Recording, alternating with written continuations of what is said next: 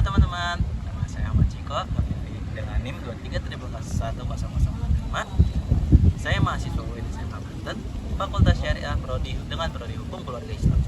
Kami di sini akan presentasikan materi dari mata kuliah kami, yaitu Hukum Islam di Indonesia. Tentunya di sini saya tidak akan menjelaskan sendirian. Saya akan ditemani oleh teman-teman saya, yaitu Halo, nama saya Fatih Mutahari dengan NIM 23.1001108. Halo, saya Sodikin dengan NIM 23.10076. di sini kami akan menjelaskan materi yang telah kami buat yang berjudul Hukum Islam Pra-Kolonial Belanda. Teman-teman pasti penasaran kan? Tunggu video selanjutnya.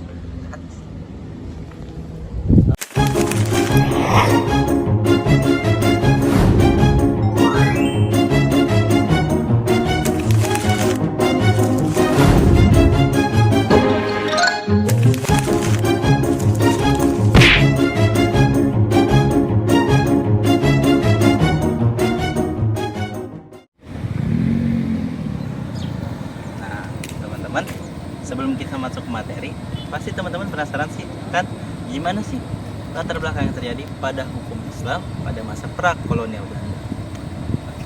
Teman, sebelum kedatangan dan dominasi kolonial Belanda di Nusantara, hukum Islam sudah menjadi bagian penting dari sistem hukum di berbagai wilayah yang ada di kepulauan yang ada di Indonesia.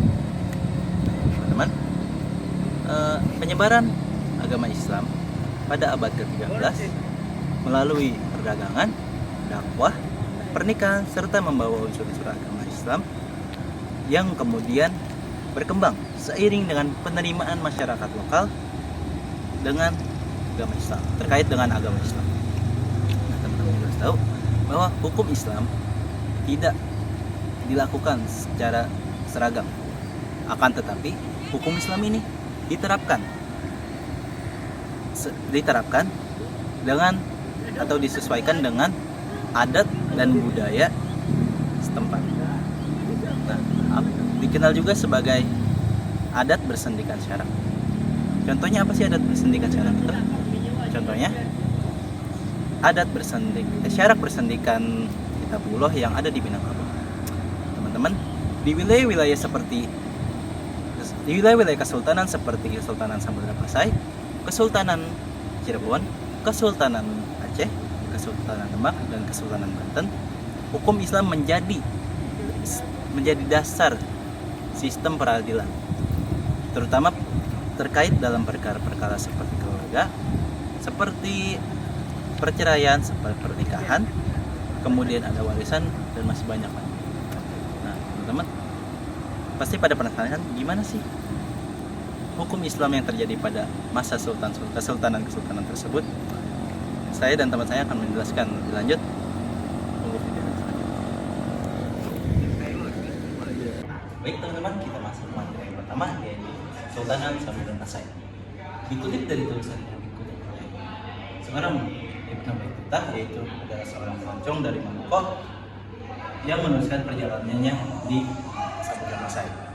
Beliau juga menuliskan tentang perihal praktik hukum Islam, yaitu bahwa Sultan dan masyarakat di Samudra Pasai menganut ajaran mazhab Syafi'i.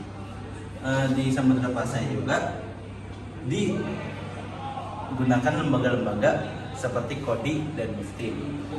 Kemudian pelaksanaan jihad, jizyah, dan pemisahan wilayah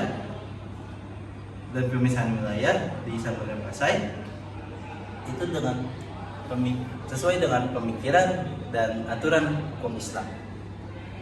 Selanjutnya kita lanjut ke materi yang kedua, akan dijelaskan oleh teman saya. Oke teman-teman, untuk pembahasan yang kedua yaitu tentang Kesultanan Cirebon. Terdapat 3 pengadilan yang ada di Kesultanan Cirebon. Yang pertama pengadilan agama, yang kedua pengadilan agama, dan yang ketiga pengadilan Cilaga. Pengadilan agama yaitu pengadilan yang mengatur tentang perkara-perkara hukuman mati, yang pada awalnya perkara ini yang ditangani oleh Kesultanan Mataram. Karena Kesultanan Mataram merosot, maka diambil alih absolutnya ke Kesultanan Cirebon.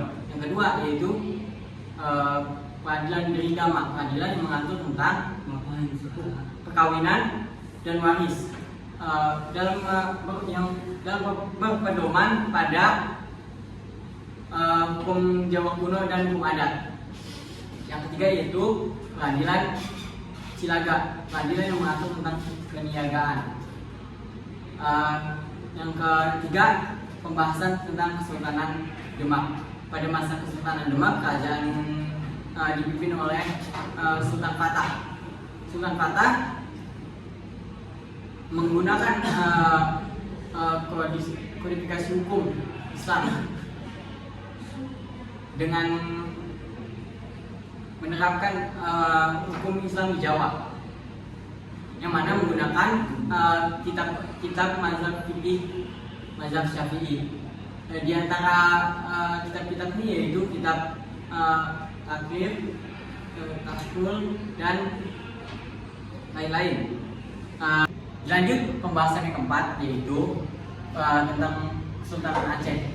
Kesultanan Aceh yang dipimpin oleh Sultan Iskandar Muda mencapai masa gemilangnya, yaitu dengan menerapkan syariat Islam, Qanun Waktu Alam yang bersumber dari Al-Quran dan Hadis dalam penerapan hukum Islam.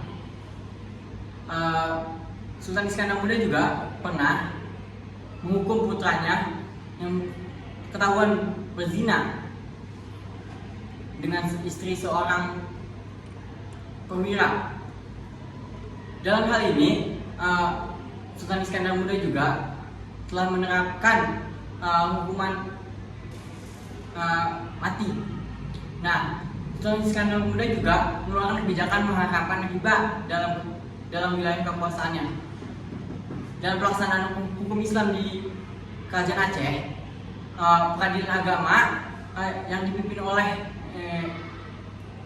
daerah kecil atau di kampung yang dipimpin oleh kecil dalam perkara-perkara ringan saja.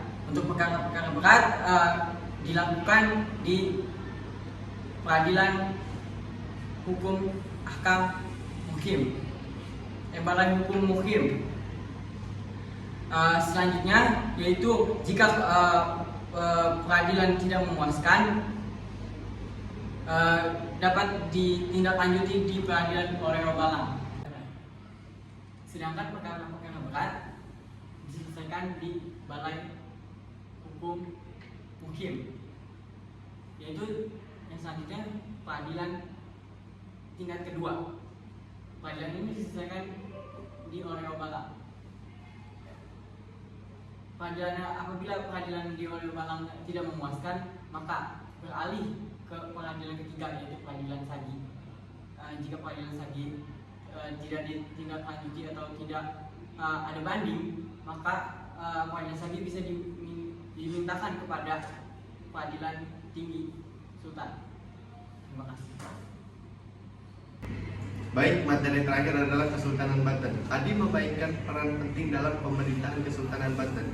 Selain bertanggung jawab dalam penyelisihan sengketa rakyat di pengadilan agama, ia juga berperan dalam penegakan hukum Islam seperti hudud. 34 pada tahun 1651 sampai 1680, hukuman berlaku seperti potong tangan kanan kiri dan seterusnya untuk pencurian harta secara berturut-turut senilai 1 gram emas. 34 di sana selain melaksanakan hukum potong tangan terhadap pencuri, juga menghukum orang yang menggunakan opium tembakau seperti linting, ganja. Berat juga dilakukan terhadap pelanggaran seksual. Baik, kesimpulan dari makalah kami adalah perbaikan regulasi Islam di Indonesia melalui beberapa periode hingga saat ini. Regulasi Islam di Nusantara sudah sejak zaman kerajaan Islam. Raja-raja kerajaan Islam membaca peraturan Islam untuk diterapkan di eksekutif hukum. Penjajahan Belanda pada awalnya mengakui Islam, namun pada saat itu peraturan Islam bertentangan dengan peraturan. Baik, mungkin itu saja.